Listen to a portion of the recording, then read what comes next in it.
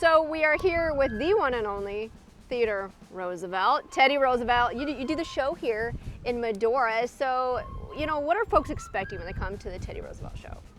I believe they're expecting to hear stories from my strenuous life, my crowded hour charging up Kettle Hill in the Battle of Kettle Hill in the Spanish-American War 125 years ago.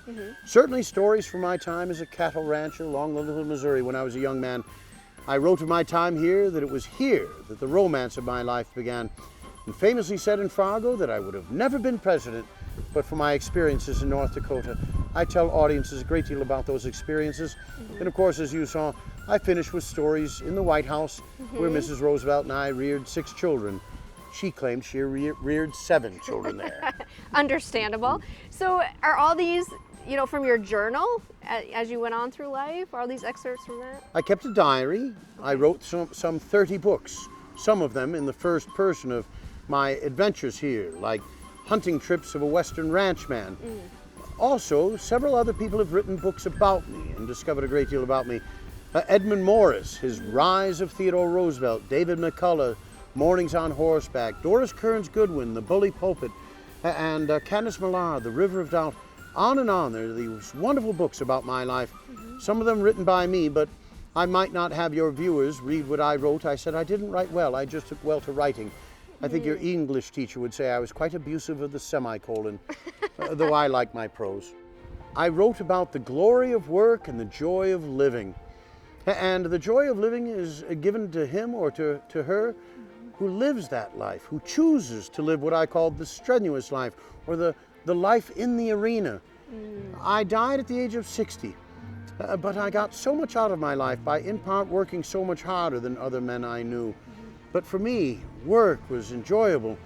The opportunity to solve some of the problems that presented themselves in this country. And of course, as an outdoorsman, a conservationist, a hunter, well, there's nothing like being out in the wilderness and enjoying the good hunt and the fellowship and companionship, or the lone hunting that I did, the quiet moments alone of contemplation. And no one's never alone when one has a good book in one's pocket. And you have many ties to South Dakota as well. We were all one Dakota territory in my ranching days.